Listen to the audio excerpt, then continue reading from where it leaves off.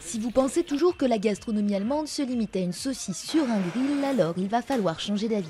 La preuve, si l'on se réfère aux distinctions du guide Michelin, l'Allemagne est depuis 2007 deuxième au rang gastronomique européen, derrière la France. 9 restaurants 3 étoiles, 32 restaurants 2 étoiles, soit 10 de plus que l'an dernier. Un nouveau record auquel a contribué le chef Otto Heinrich du restaurant berlinois Lorenz-Adlon. Il vient de décrocher sa 2e étoile Michelin, mais ne se repose pas pour autant sur ses lauriers.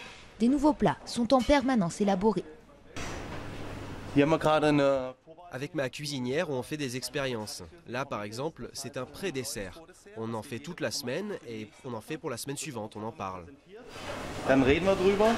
Dynamisme, énergie, expérimentation constante. Chez Otto Heinrich, on ne plaisante pas avec la carte, mélange de spécialités allemandes et de cuisine étrangère, à l'image de cette nouvelle génération de chefs allemands décomplexés qui récoltent les étoiles. Plus de 20 ans après la chute du mur, les jeunes chefs n'hésitent pas à faire leur classe, loin des fourneaux germaniques. Wir sind ja auch internationaler geworden. Das hat auch mit der Globalisierung zu tun, ne? Dass Köche. Les jeunes cuisiniers ne font plus leur apprentissage seulement en Allemagne, mais aussi en Suisse, en France, à Londres, en Thaïlande. Ils apprennent dans le monde entier à cuisiner. Ensuite, ils reviennent ici et proposent leurs expériences.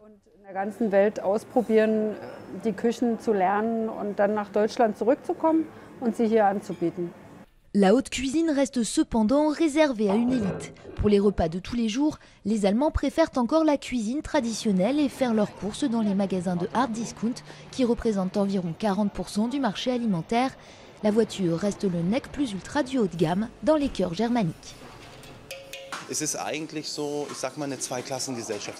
un peu une société à deux classes. Il y a la gastronomie de pointe où on fait vraiment un super travail, où on a vraiment élevé le niveau par rapport au reste du monde.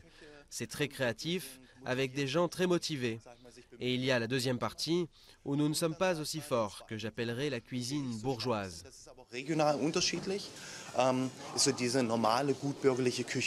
Et parfois, même au plus haut niveau politique, la cuisine allemande a du mal à se séparer de ses aliments stars et bon marché. Pour sa visite à Angela Merkel à Berlin, le président français François Hollande a par exemple eu droit à des asperges et à une escalope panée. La chancelière, quant à elle, ne résisterait jamais à une bonne roulade de choux.